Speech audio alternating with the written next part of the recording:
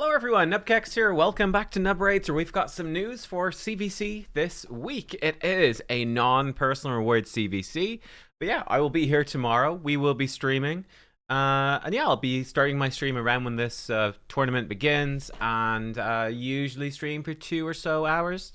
Yeah, usually about 2, sometimes 3. But yeah, it's gonna be pretty chill. It's not personal rewards or anything like that, but there is some very good summoning events coming alongside it. Something else to note before we look at the summons, we have a savage, well, sort of a summons event here, but the Savage Soul summon pool. You've got some very good champions in here, obviously, but it's just, I mean, you can't, yeah. It's such a I think these are such weird events. We actually haven't had one of these in ages. A summon, like a soul summon pool. I feel like this is massive spenders only, right? Like I think even low spenders probably don't have the champions to actually chase in this. So like, you know, like Chalco's great. There's a lot of decent champs in here. Very few of these are bad. You would actually use pretty much all of these, at least sometimes a little bit niche in arena. Like Hefrak is certainly niche in arena, but he does get used, particularly alongside Volcanos, and he's probably the worst of these. They are all good champions, and even the epics are very good. So you got good champs in there. Good news is you'll get one summon for free, which is, well, when I say for free, I mean you've got to grind it in a tournament, but it's in a spider tournament, which is a pretty good one. And you have to use teams comprised of champions from a single faction. So that's it. Pick any faction, and I think you could even switch it up. So long as all the champs in the team are from one single faction, it doesn't matter what that faction is, and you can try lots of different teams. I'm pretty sure you'll be able to just grind this out and get some spider stuff done. I mean, worst case scenario, Dark Elves, stage 20 spider. Even worst case scenario, stage, I forget which stage it is, let's double check. Stage stage 10 spider, that's the one to farm. You can just like really blitz this through. Basically the drop rates, the drop table for this dungeon has been bugged since forever, and it gives you more points than it really should. And because it's only stage 10 of spider, even someone who's been playing for, I mean, 3 or 4 weeks should be able to farm stage 10 spider. So it's incredibly easy to do if you want to. So yeah, I mean, but you can farm stage 20 spider with like Cold Heart. Certainly if you're far enough in the game to have Lydia and a couple of Cold Hearts. Maybe you need 3 Cold Hearts, but like you can throw in now legendaries and mythicals, whatever you happen to have these days, and you can blitz it down. So this should be pretty doable. And even stage 20 of spider or stage 10 is a relatively okay farm of silver. So if you've got some energy to spare, if you're not doing anything else this week, this is not a bad thing to do. I will say spider accessories are really dropping in value quite a lot. They're really dropping in value because you've got so many variable sets now. The non-variable set accessories, just not as good, and not as important to farm them either, because you're getting so many accessories from other sources just every single week or every single month based off like Cursed City or Grim Forest, you know. Just these are less valuable, but it's still a good way to farm silver. So there you go. That's sort of what's going on there now. Oh, it's absolutely tiny. Let's make it bigger. Here we go. So we've got 2 15x events, and they're actually very juicy because it's a terrible time to pull shards, basically. I mean, it's always the way of it, isn't it? But Tuesday, the 24th of February, and then Wednesday, the 25th of February, both of them for 24 hours. But yeah, you know, they tend to give you the best summon events when it's a terrible time to summon. So I would say, as of right now, looking ahead, we are clearly expecting some sort of event for Edward, and I think we're also expecting some sort of event for Bayek. I think that's what we're expecting, and really before the next fusion. So I would be thinking we'll hear something about it possibly for next week would be the time to do it, and then I think we'll be hearing about the new fusion maybe end of this week or early next week, something like that. But yeah, they need to do, I would say, events for Bayek or for Edward pretty snappy. We only have a week left on the event dungeon as well. Like, we don't have much time, but now we are basically coming up. Well, I guess our fusion is pretty much over now. Naldua, it's pretty much done. So we just finished the Naldua fusion. These 2 weeks are where we get that. And then, of course, right? Of course, March is Plarium's anniversary. It's going to be a load of new champions. Apparently, if that's still the plan, hopefully so, we should be getting a bunch of new champs for the Argonauts faction. We're expecting the fusion for March to be extremely good. So a lot of stuff moving forwards, but that's why this is a very, very strong summon event. So we've got Vestelle Riverthorn. She's brand new. We'll look at her in a sec. Prince Kaimar Hilvi. Armanz Mighty Uko. For the Voids then on Tuesday, we've got Pontiff Augustin. Fighty Tealcrest. Gergo the Augur. And then on Wednesday, we've got Cassandra, Freya, Elva, Python, and Kaja. Lots of revivers plus Cassandra. She's an assassin, so throw her in. Why not? And then for the Voids, of Cecilia, who's new. Gaelet, who's actually quite new as well. In fact, he's new enough to say he is new. And Raka. Ooh. So honestly, they are really good. Let's jump over to my tier list over here, and we'll go through. And let me just highlight them like so. So this... You can see we've ranked everything from D all the way up to S+. The green lights are champions who might move up a tier. They've been really impressing and yeah, hearing lots of good things. And then the red lights are champions that I think are maybe falling off a bit with the meta. We've got a couple of those I've actually highlighted since doing this because of this event, actually. So first up, we've got Vestelle in the A+ tier. I think she's pretty similar to Georgid and not Tetsuya, Yasu, Onryo Yasu, He-Man, that sort of thing. She's the new shiny one, obviously. She hits like an absolute truck. I did a showcase on her. Her damage is ludicrously high. So her deal, she has a 50% chance to do 100% more damage to enemies whose attack is equal to or lower than this champion's. Now, lots of bosses in the game and lots of PvE enemies actually have incredibly high attack. So she's good for some PvE content, but terrible for some other PvE content. So for example, I think like Dragonheart, easy to farm, sure, but I think it has like 40,000 attack or something. So you can't do the double damage against that, for instance. Whereas Faction Wars, certainly through the waves, you can do it. And the bosses, maybe, but you're probably going to need decrease attack on your team to make use of this passive. And she provides herself with increased attack. But the important thing about her damage is crazy good, and she doesn't need to trigger this 50-50. Even if you don't get the double damage, she is still absolutely clapping. So she's pretty insane, mostly made for arena, but increased attack and shatter. She ignores block damage and stone skin. I think ignoring block damage is actually really nice. Extra turn if she kills an enemy. AoE double hit if their attack is equal to or lower than hers, gives her unkillable counter attack. Her A1 is a double hitter. To be honest, she might be an S tier nuker. She might actually be noticeably better than Yeorgid and He-Man these days, and Wukong, Eilil even. They all have some really interesting stuff going on. I figured she would be in that sort of range. I will say she might possibly go up, so I think she's a pretty juicy one. Massive attack nuker. Obviously, against Mercurial, she does, to be fair, have a double hit AoE. And she does have counterattack with a double hit A1. So she's decent for that. And I do think ignoring block damage is huge for the current meta. There's so many obnoxious. Like, it's one of my least favorite things. And I've got Gallius. I have the best mythical to counter block damage. But every time I see Neve, Spear of Nyresa, every time I see her in live arena, I go, ugh. Or Classic Arena, or Siege, or anywhere. It's like, oh god, we gotta deal with this shit. So this is very useful. Anyway, she's extremely good. So there you go, actually. Fresh off the presses, I might actually promote her up. I'm thinking she might actually deserve to be up in the S tier with like the really good nukers. She is a glass cannon, but she's one hell of a cannon. She's super glassy. She's basically entirely reliant on that unkillable buff to keep her alive.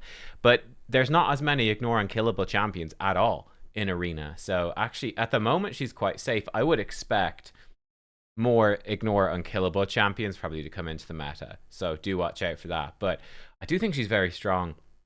Armanz, I've marked Armanz as maybe moving down. Armanz has been suffering in PvP for a while, which you probably think is a good thing. I think most people hate him. Unfairly so, but Wand of Submission really messed him up. That was so pinpoint gear was first thing that messed him up. He can't sheep people. They've got pinpoints. He couldn't stun them, but he could steal their turn meter. Then they came out and they were like, okay, now wand of submission. So enemy champions are going to have like a 30 to 50% chance, depending on how upgraded the wand of submission is, to simply reflect the sheep back.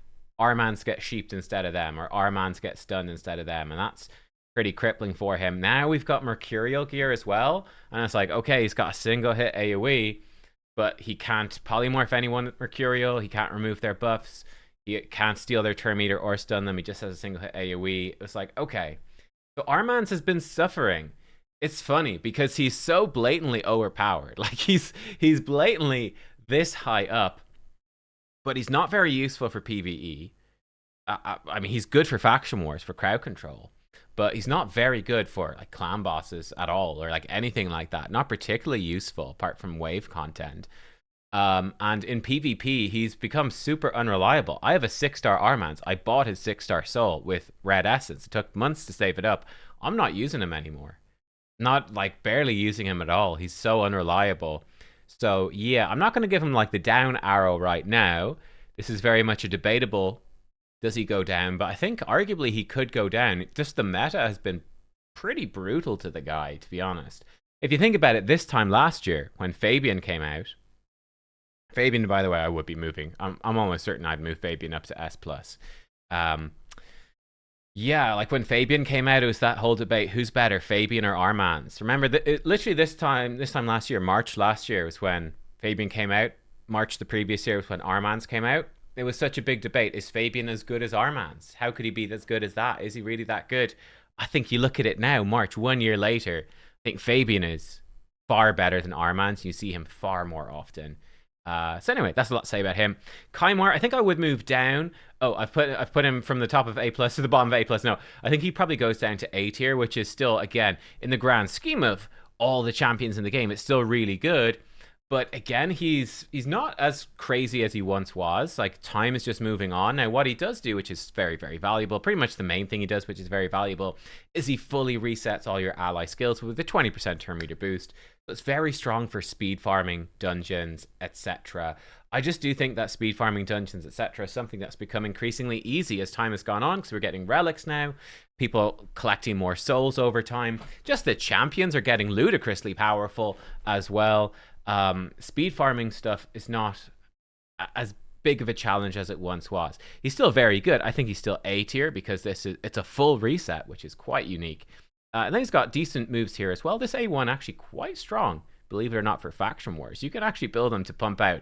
Give him like an Arachne elixir, 100% crit rate, some attack. He doesn't need all that. Like, he can pump out some pretty nutty damage actually in faction wars, hilariously, because Arachne elixir is ridiculous. And then he also has, the buff removal sleep. He could, I mean, for a while I was saying, he could be a cool supersonic champion in Arena. He can be an okay chronophage champ in Arena, right? Your team gets locked out by Fabian. Kymar's protected by chronophage and he resets them. It's a bit awkward though, but it is viable. It's something you could do. You could also try him in supersonic. Enemy buffs up and then he removes their buffs and sleeps them again. I think that's going to fall off a bit due to Mercurial, but he is cool. He is cool. Where have I gone? I've gone the wrong way. So yeah, Kymar, I don't think he's probably quite A+ right now. I think he's probably A tier. A tier being like, these champions do some really powerful things, some very unique things. They're pretty sick. But, they might not be a must-use champion, is how I'd probably put it. You might have A tier champions and you're like, I don't use them. I'm looking at the A tier and that's very much strikes me as the thing, yeah, I mean, Xenomorph's a great example. He might be absolutely cracked for you, or you might be saying, you know what, I don't actually need Xenomorph. Yeah, all of that. I think Kymar probably falls into that category, whereas A+, I think, should be really reserved to champions that you definitely build if you have them on your account. So that's where he is. Hilvi, I have her in S tier. Hilvi is crazy good. I think Hilvi, she's actually very similar to Naldua, the current fusion. They've got 3-turn cooldown AoE buff removal, 4-turn cooldown AoE revive, then an A1 with a nice little debuff.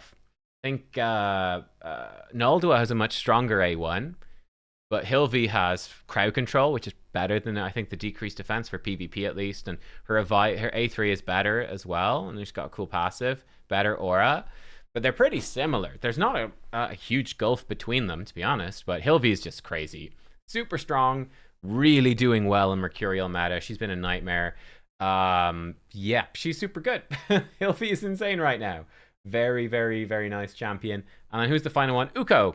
Uko, I think, is the weakest of these regular legendaries for day one, but he is an A tier. Uko, he's good. He's an old fusion. He's got a nice aura. For some reason, 20% instead of the typical 19%. Get that extra 1%. Try not to die of excitement, I know. But he's got 2 hits, which is good. And each hit can remove 2 random buffs. So that's good for Mercurial. And he can also steal buffs. 50-50 to steal a buff, which is nice. AoE, A1 with decreased attack. Team Revive with block damage. Increased speed as well. You know, he's fine. Yeah, I think he's sort of A tier. He is very useful for faction wars. He's okay for Hydra. I kind of wish they would change him for Hydra. Basically, he can only put block buffs, decrease accuracy if the targets have no buffs after the attack. I kind of feel like with this being a 4-turn cooldown, he should just place them. I feel like it shouldn't be conditional. It should just happen. After the attack, just place these, and he'd be much better. The problem is, Hydra heads that respawn, or Hydra heads that have like the Head of Wrath passive thing, they just can't get these debuffs, which is really annoying. Like, so it's really hard to prevent Poison Cloud when a head freshly respawns or whatever. That would definitely make Uko better for Hydra, and why the hell not at this point? It's such old content. Let's make it happen. Yeah, Uko is good, but he'd be the worst of these to chase.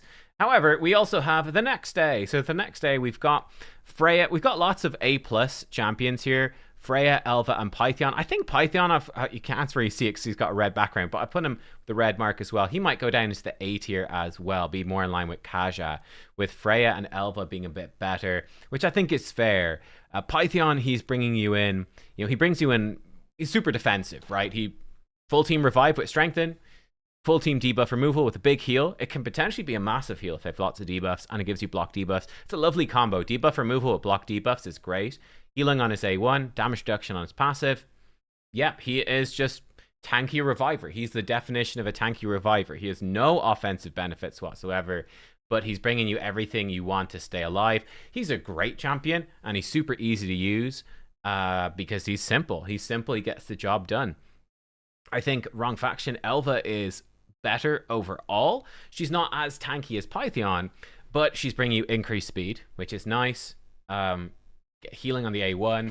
She only has a single target revive, and they come back with low HP, but she does give them some nice buffs, which are kind of decent. But it's also the healing every single turn for each ally at the start of their turns, but also Perfect Veil at the end of her turn. So oftentimes she can revive somebody, and she's going to give them Perfect Veil when she revives as well. And the Speed in All Battles aura. Elva, for me, has just ended up being much more useful. I use her a lot more than Pythion. She's actually okay in Arena. Like, the Perfect Veil passive can be quite cheeky and sneaky. She's just very generally good. I like her a lot. I think she's a great champ. I've got her A+. Kaja, not quite as good. And then Freya.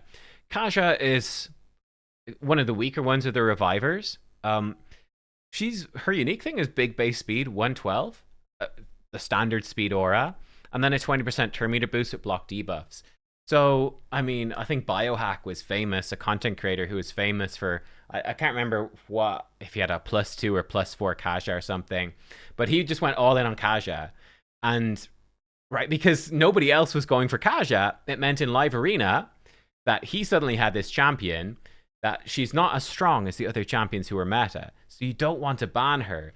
But then he'd invested so heavily into her that she was ridiculously fast. So then you were in this really nasty problem of being like, oh, well, I have to ban his Kaja. I can't pick her away because I don't have a Kaja built. She's not good for me.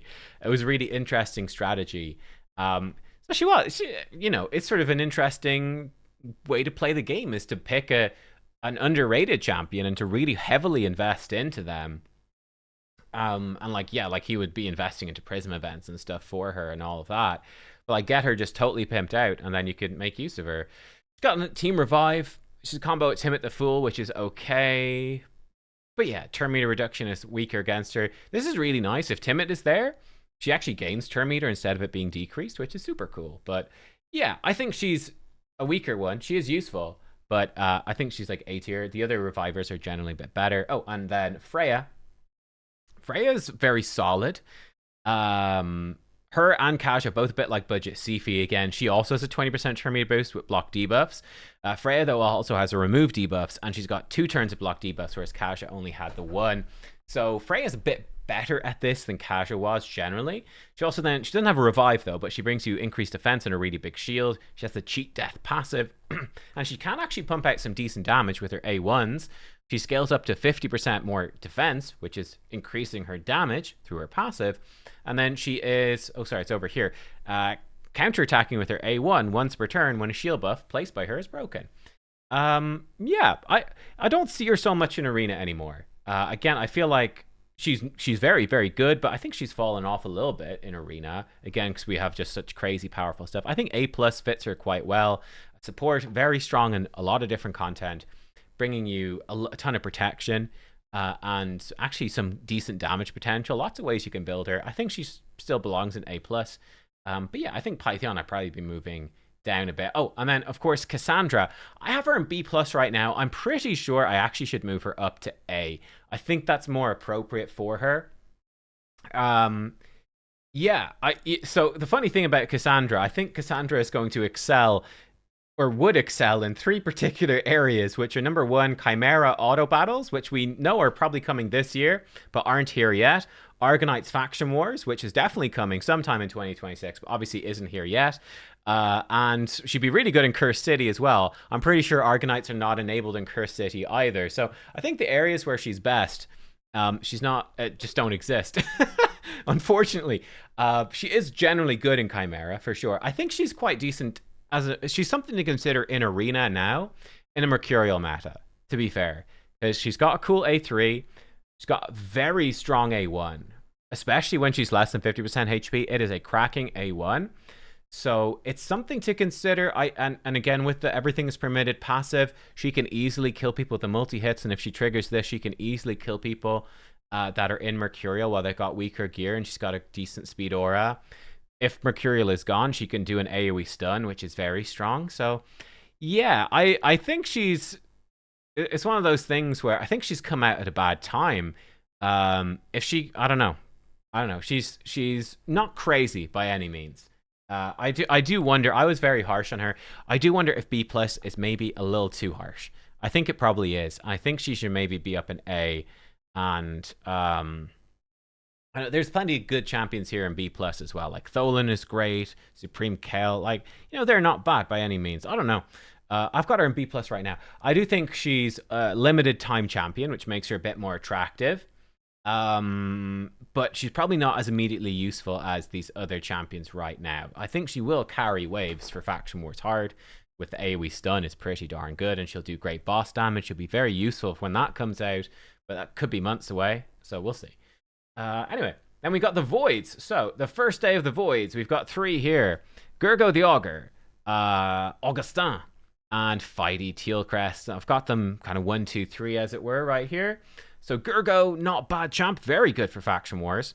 I find him difficult to use in Arena. He's got a good aura, but he's got terrible base stats. For basically what you want him to do is AoE remove buffs and freeze, and then AoE decrease defense, and he does some decent damage. He's not great in Arena, to be honest, and he's not going to do well in Mercurial, because this does nothing against them if they've got Mercurial. So the problem with him is that he's got terrible base stats, so he needs ridiculous investment. Like, without a 6-star soul, very awkward to use him. Yeah, and he's super squishy as well. Like, if you're building him with lots of attack and crit rate and crit damage, but you also need lots of speed, lots of accuracy, it's so much. So yeah, and then like freeze at one of submission. I just don't like it. He's rated very highly here in Arena. I don't feel that reflects the current situation at all. Now, that being said, I think he's amazing for Faction Wars, because you absolutely can freeze the waves and remove buffs from the waves, and AoE decrease defense, and he does decent damage. All that stuff is great. He's brilliant for Faction Wars, but I don't like him much in Arena. I think he's probably an A tier still, but yeah, he'd be better. Again, better in earlier game Arena, for sure. I think he's gonna really struggle. I haven't seen him in forever in late game arena, and if I did see him, you'd be like, "Oh, Grant, easy win." Well, maybe not an easy win, but you'd be like, "Okay, that could have been a Theodosia. They picked a Gurgo. Great." So yeah. Who else do we have? We've got of course we have Augustin.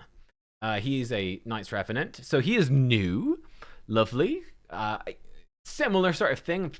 Any speed boost champion is very high investment. But he does have increased accuracy, intercept, which is lovely, turn meter boost into an AoE buff removal with ensnare, and turn meter pushback. And then his A1 can put block active skills. He's got very nice A1. His passive is interesting, where you take less damage from enemies who have block damage on Killable Veil, Perfect Veil, Stone Skin, which is cool.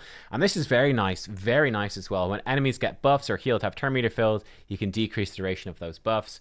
Good aura. I think he'd be very nice for Siege. I do think he's a bit awkward for Mercurial. He just doesn't... he's got one attack, and it's a single hit. I don't think he's good into Total Guard.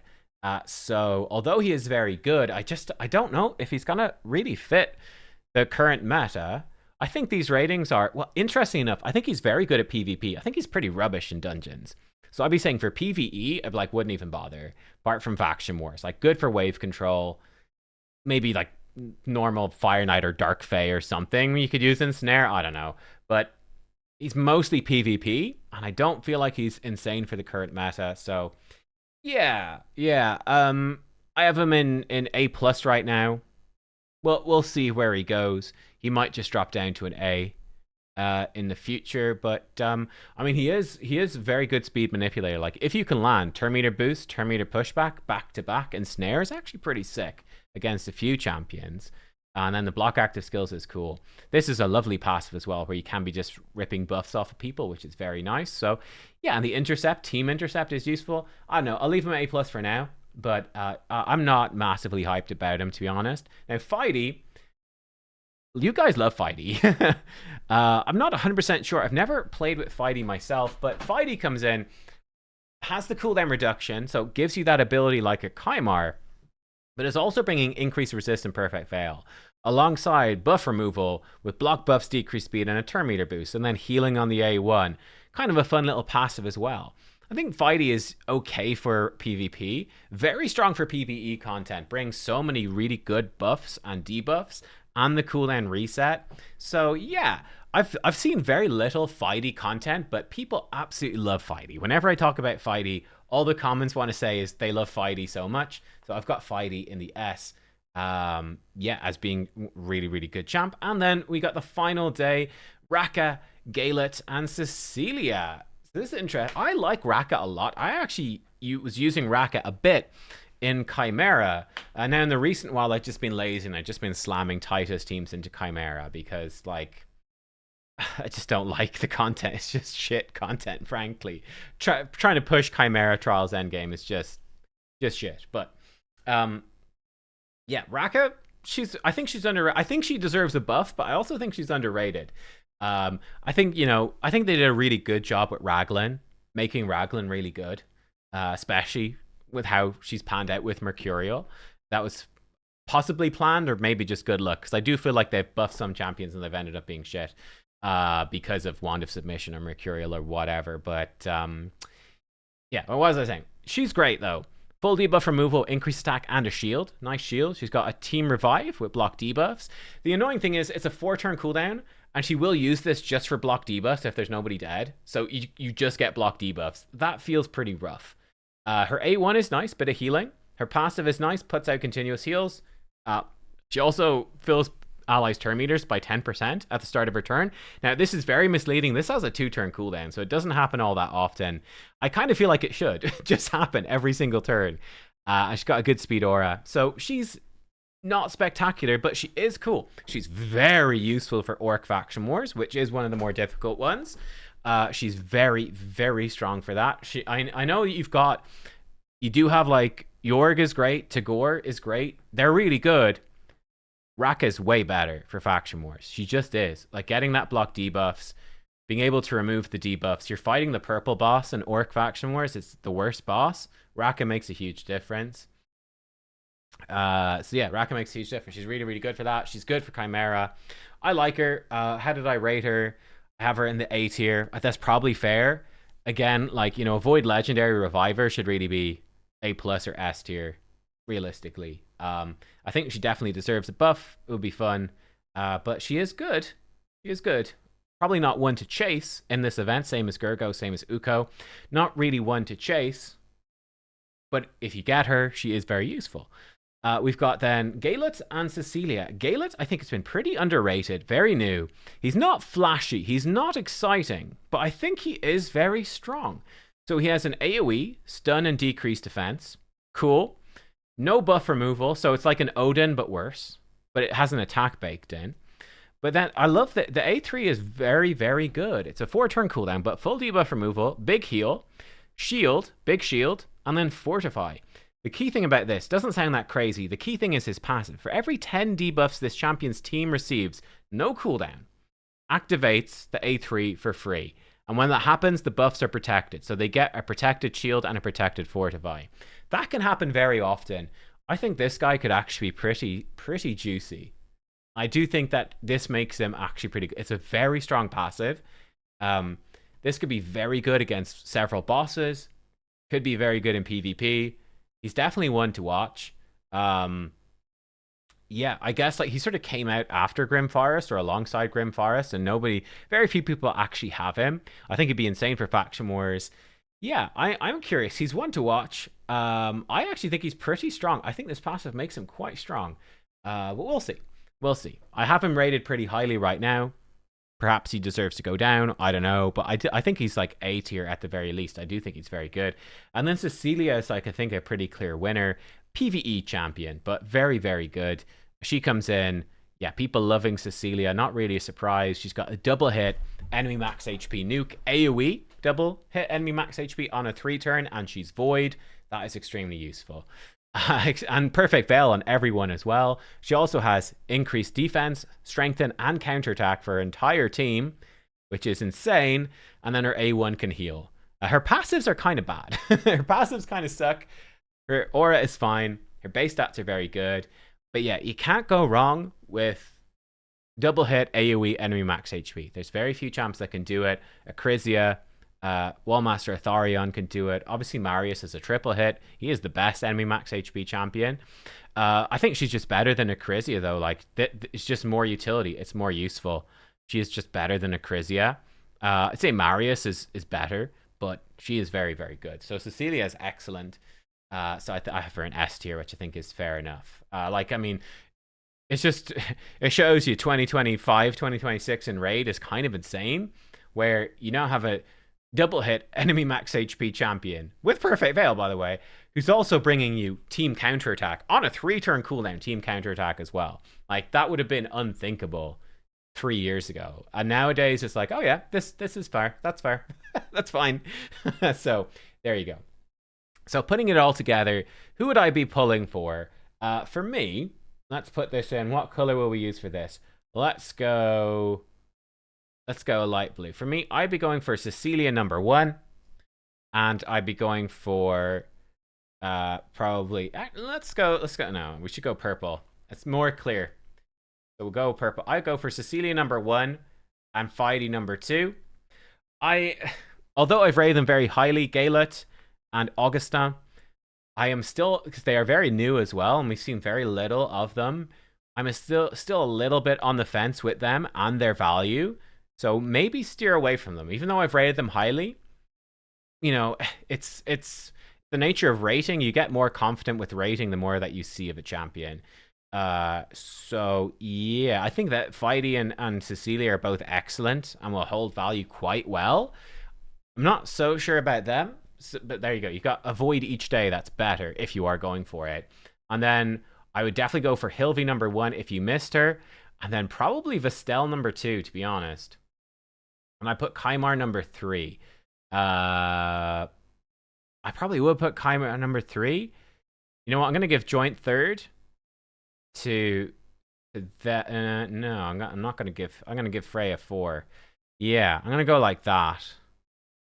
And I'll give him joint 4th. And maybe Kasha joint 4th as well. How about that? Okay, so basically with a bit confusing. I forgot about Armanz. Let's give Armanz joint 4th as well. Okay, so let's break it down. Hilvi number one. I think Hilvi is just insane.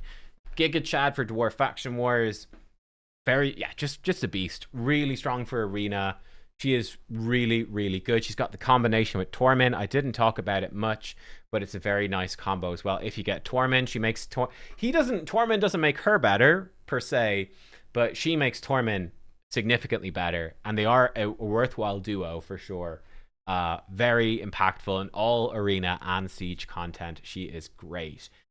Number two, I'd probably be looking at Vestelle, to be honest. She's new, she's spicy, she's fun. Absolute cannon.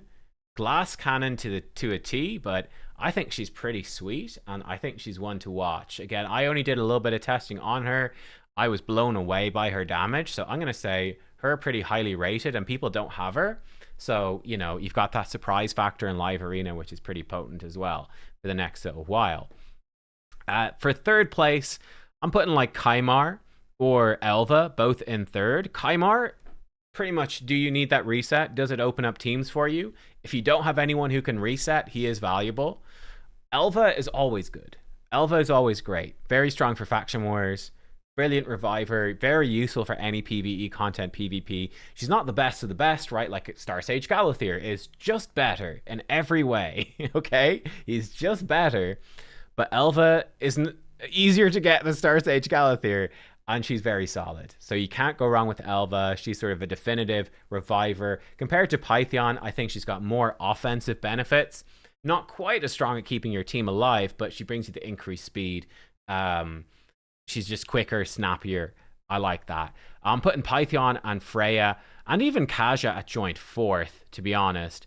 All good, all viable in arena, all very, very, very strong in faction wars. They're all good, but yeah, so it depends on what you need. I'll put it, you know what, I'll give Uko a fourth as well. Again, all being the faction wars revivers. I know Freya's not a reviver, but you've got Syl, and Syl with Freya is good enough to do it. Syl sort of covers, or Freya, sorry, sort of covers Syl's flaws, and then Syl covers Freya's flaw, which is no revive. That's pretty much all Syl brings to the team. You can AoE stun sometimes, I suppose. A tiny bit of healing as well, but yeah, yeah, I think any of these revivers could be fine. But all that being said, and we've said a lot, I would not really be pulling for this event. If you can skip it, I would skip it because we've got stuff coming up. But as I said, they put in some very juicy stuff. I just thought it was interesting to dive into the meta and to talk about it. And yeah, as to what is happening and what's going on. So there you go. Give me your thoughts. Again, this is just my ranking. You know, it's obviously subjective. It's constantly changing and being updated. And I do change my opinions on things from day to day. But I guess, you know, I've mentioned this at the end of the video. It's probably too late. It's too late. To be fair, there's no good point to mention it in the video because someone's just going to skip to the end, look at the picture, and then draw a judgment. They won't listen to it. Even if I said, wait, before you watch anything, within the first second of the video, it's already too late. It's already too late. You already got someone in the comment section giving out about something. But yeah, you can see this is what's happening overall. So like I said, I think you've got some very juicy champions in here. Hopefully you've got Hilvi already and you are in a good spot to just sort of skip and save. But if you do want to pull, if you're sitting on your Mercy, you're like about to get a legendary, sure, there's definitely several very, very reasonable choices here that are very good for the shard types that they're in. So there you go. That's my thoughts on it. No S pluses in here, nothing. And, you know, for the S tier, you know, like Hilvi was guaranteed very recently. So yeah, I mean, there's a couple of break the bank shiny new things, but like Cecilia being more I think Cecilia and Feide being more PvE focused makes them, they're not the sort of champs that people wail over as much. People tend to go crazy for the PvP champs for the most part, or yeah, so I feel like it's not a massive, like, absolute whale off. Like, I think Solinar is kind of the recent big whale off champion. Like, just spend as much money as you can trying to get this champ. We've just had that the last couple of weeks. The last week has been just Solinar videos. I spent $1 million in Solinar. Let's go. So yeah, I don't think any of these are really on that level. Considering Hilvi was guaranteed. So yeah, there you go. That's it. That's all I've got. long enough. I'll see you next time. I'll see you tomorrow for Siege. No, I'll see you tomorrow for CvC. Yeah, I'll see you for that. Thanks for watching. Goodbye.